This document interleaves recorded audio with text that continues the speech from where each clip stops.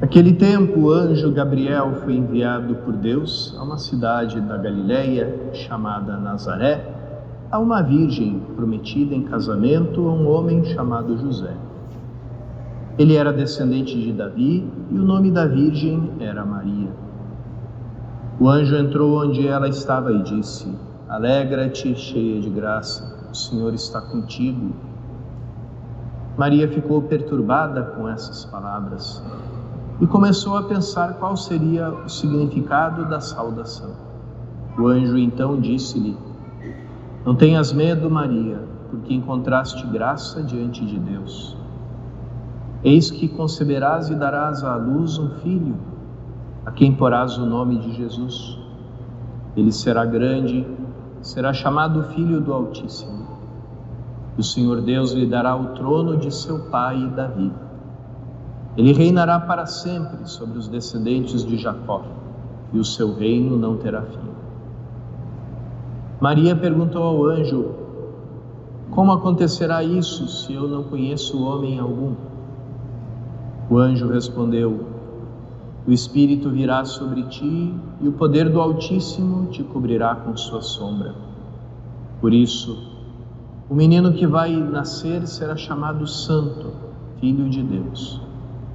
Também Isabel, tua parenta, concebeu um filho na velhice. Esse já é o 6º mês daquela que era considerada estéril, porque para Deus nada é impossível." Maria então disse: "Eis aqui a serva do Senhor. Faça-se em mim segundo a tua palavra." E o anjo retirou-se. Palavra da salvação. Queridos irmãos e irmãs, a liturgia desse 4º domingo de Advento nos coloca quase como um contraste, ao mesmo tempo como um cumprimento de uma profecia, a atitude de Davi e a atitude de Maria. Davi,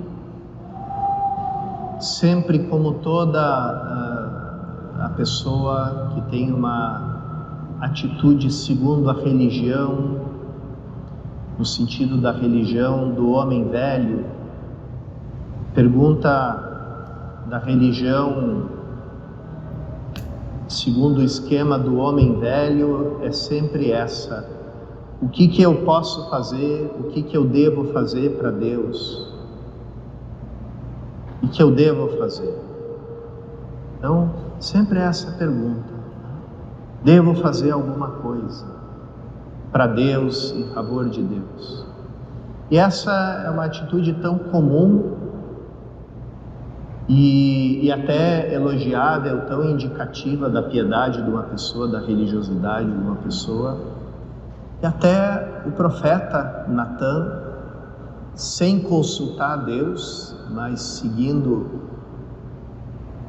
a sua mentalidade como homem também, logo se apressou para dizer para Davi: vai em frente, faz aquilo que está no teu coração, porque o Senhor está contigo. É interessante que depois a gente vai escutar o anjo de Deus dizer uma palavra semelhante para Maria, né? O Senhor está contigo. Então, antes Davi expressa para o profeta Natan essa inquietação: eu moro num palácio, mas a arca de Deus, lugar central do culto de Israel, é uma tenda, é uma barraca de lona. Eu estou aqui bem assentado no meu palácio e Deus está ali em regime de camping, né? Acampando numa barraca. Então, o que eu devo fazer? Essa é a pergunta. Devo fazer alguma coisa por Deus? Então, essa é a atitude da religião antiga, da religião segundo o homem velho, que sempre pensa que ele pode e deve fazer alguma coisa para Deus. E naquela mesma noite, é interessante, todos ali estão na noite, né? Na noite ainda da fé, porque ainda não chegou o novo sol, que é Cristo, cuja aurora é Maria. Então eles ainda naquela noite, Deus fala com o profeta, tudo errado. É lá para dizer, diz assim para o meu servo Davi. Interessante porque Davi, na sua cabeça, ele tem a atitude do rei, né? Vou fazer tal coisa, vou edificar isso, vou levantar tal coisa, vou fazer um templo, vou fazer um palácio, vou fazer uma, né? Atitude do rei. E a primeira coisa que Deus quer que Davi lembre, né? Vai lá dizer ao meu servo Davi. E o que Natan tem que dizer para o servo de Deus, Davi? Você era um pastor, estava lá cuidando das ovelhas. Pastor é aquela profissão, na antiguidade era aquela profissão de quem era tão inútil, mas tão inútil, mas tão inútil que não podia fazer outra coisa a não ser tocar um rebanho, né? Que exige um nível de inteligência comparado das ovelhas, né? Então, Deus lembra isso. E aqui outro contraste a gente encontra, né? Maria, que depois que o anjo chama ela, cheia de graça, né? Que no grego é uma palavra só, né? Não são 3 palavras, cheia de graça, é uma só palavra, que charitomena.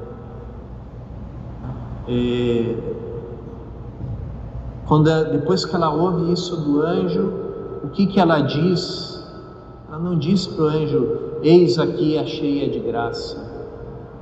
Ela diz, eis aqui a serva do Senhor. Aquilo que Davi tinha esquecido, Maria lembra. Então, Deus diz para Davi, né? Eu te tirei do meio dos rebanhos, você era um pastor, você não servia para nada. Eu te fiz rei, eu fiz tudo para ti. Então, você acha que você vai me construir uma casa para mim? Então, Deus lembra dessa contradição, desse paradoxo que existe no mundo das religiões, né?